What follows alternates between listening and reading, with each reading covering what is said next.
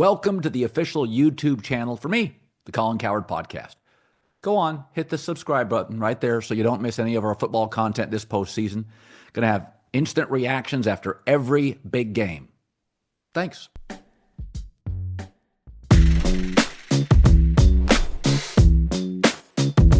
Well, the Philadelphia Eagles, who have the best personnel in the NFL, the best roster, since probably about the Niners 3 years ago, but the Eagles have a much better O-line and they're much better at quarterback. I don't know how Buffalo, if they get to the Super Bowl, is going to stop this. Is going to stop this offense. Washington obviously helped multiple fumbles, 3 fumbles, but this roster is insane. I mean, I went into this game thinking winner of the AFC is Super Bowl champs. I mean, here's how good Philadelphia's roster is. You forget Devontae Smith is on the team. They have to engineer jet sweeps and little clever misdirection plays to get him the ball. Otherwise, you forget. He'd be a number 1 on a dozen teams in the NFL, number 1 receiver. You forget he's on the team. I mean, they have to work to get the ball to A.J. Brown, who's a top 5 wide receiver talent in the NFL. Between Goddard, Barkley, Hurts, I mean, it's just, again, they have an elite player at running back, 2 at guard, 2 at tackle, 2 at receiver, 1 at tight end, 1 at defensive tackle. I think both their corners are really good. It is, and Jalen Hurts makes just enough big throws that you got to play him honest. I think Jaden Daniels is better from the pocket. I think Greg Cosell's been telling us all year, but he makes just 18-yard throws, good in the red zone. This team is just insane. I mean, let's go back to the beginning of the season when the Giants allowed Saquon Barkley, free agent, to go to Philadelphia. And we said it at the time.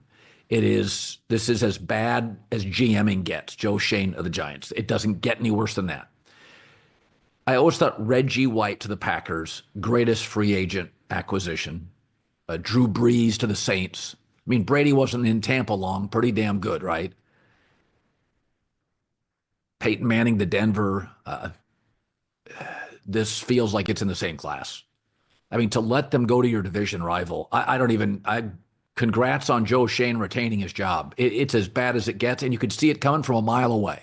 This is Babe Ruth to the Yankees. You could see it coming from yesterday. It was like a slow heavyweight fighter's right hook. Jerry Quarry. Look that one up. Telegraphed. Philadelphia is a handful, man. There's just not much out there I've ever seen like it. There are drives throughout the course of a game, and there are halves for the Eagles that you just don't know how anybody ever stops them. And, Washington, they'll sputter initially because, a defense has all sorts of energy. But have you noticed what they're doing in the second half? They wear people out. They just wear teams out. That's why I said that what the Rams did in snow for an indoor team to be, have a chance to win the game late is insane. Keep your eye on the Rams next year. Because there was a point in the second half I thought, okay, they're down 14 points. They're still in it. And maybe without the mistakes they would be. But it is, listen, both teams were in the top 10 in the NFL in 10-plus play drives. And Washington's opening 18-play drive, I thought, I would have gone for it, by the way. My take is take 22 plays, score a touchdown, get into Philly's head. I mean, you have to take chances like the fake punt. You have to take chances against Philadelphia. You don't have the same personnel. You're on the road. The fake punt, I would have gone for it in that opening drive. Just 22 plays and a touchdown, get into Philly's head. You're not getting into anybody's head when you settle for a field goal. But I feel like in this game, I did not feel the Eagles were undercoached. Now, mid-second quarter when Barkley only had 3 carries, I'm like, let's go. Let's not outthink the room. But I think Philadelphia is coached well enough to win a Super Bowl, and their personnel's insane. I mean, I'm telling you, I'm thinking of the last roster that was this good. When the Seahawks had Russell Wilson on a rookie contract, and they went and got Cliff Averill to rush the passer and Percy Harvin as a gadget player. I mean, they barely played Percy Harvin because he had those migraine headaches. That Seattle team they had a great player in every unit: safety, corner, pass rusher, weapon, elusive quarterback, star running back. O-lines back then were better, probably the best of Pete Carroll's NFL coaching career. That team and you had a really good coach. So I think Philadelphia, I worry that Jalen Hurts will be forced to play from behind. I don't love him there, but you know what? He's good enough. He's good enough. This roster is just ridiculous. Now, good news for Washington. You're going to be back in this game several times over the next decade if Jaden Daniels stays healthy. Terry McLaurin, 16 touchdowns this year. That's as much as or more than the last 3 years combined. So we've always said quarterback leads the receiver. You can have the world's best receivers. You can go get Larry Fitzgerald. When he had better quarterbacks, he put up better numbers in Arizona. So, Terry McLaurin's always been good. He's a great player now, spectacular player. Quarterback drives the wide receiver. So Washington, I think, is well coached. Cliff Kingsbury, in my opinion, should remain in Washington several years, play out your contract until there's a great job opening. There really isn't. I thought New England was about as good a job opening as you're going to have. Stability and ownership, Drake May, decent defensive personnel. But if I was Cliff Kingsbury, stay put. And I remember before the draft, I was lucky. I had a really good source that said Washington is going to draft Jaden Daniels. There was a lot of questions about Drake May going to, and I'll say this. I was told very early Kingsbury pounded the table for Jaden Daniels. He saw him. He thought, this is the offense. I'll mold this guy very quickly. And 2 weeks into camp, I was told that Kingsbury was like, he's better than I thought. And the kid's spectacular. He's so good from the pocket, so clever, so smart. And he has a quality that you could confuse it with being emotionally remote. Like he's not somebody that is high spirits and high-fiving. I think that wears well. I think his ability, he doesn't pout, he doesn't sulk, that's different. But he is emotionally into the moment. You don't see his emotion. He doesn't wear it. And I think that temperament is so important.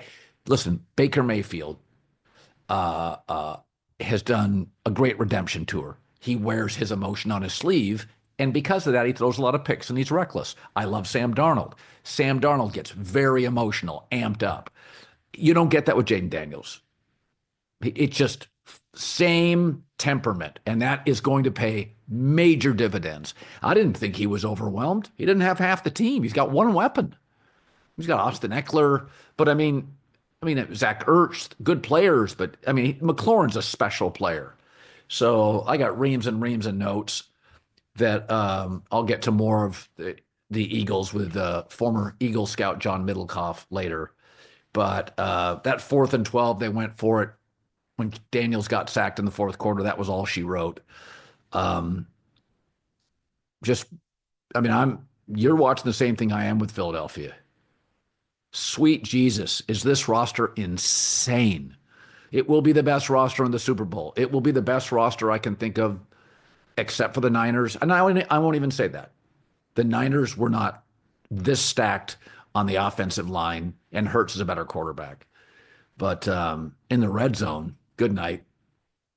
You pick your poison. Good night. I get the tush push actually is you can at least when they run the tush push, you know the direction and the dimension where Philadelphia is going. They have the ability. They had a couple drives today, and you're sitting there thinking to yourself, and I like to guess the call before the play. I've been my entire life watching football. I'm trying to kind of guess what they're doing. I can never guess Philadelphia except the tush push.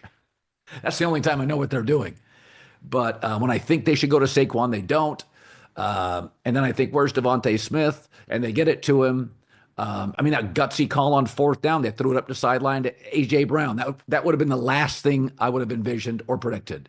So the play calling today I thought was really good. I'm just not a fan of the tush push. Congrats to the Commanders for a remarkable season and drafting what I believe is the Patrick Mahomes of the NFC for the foreseeable future.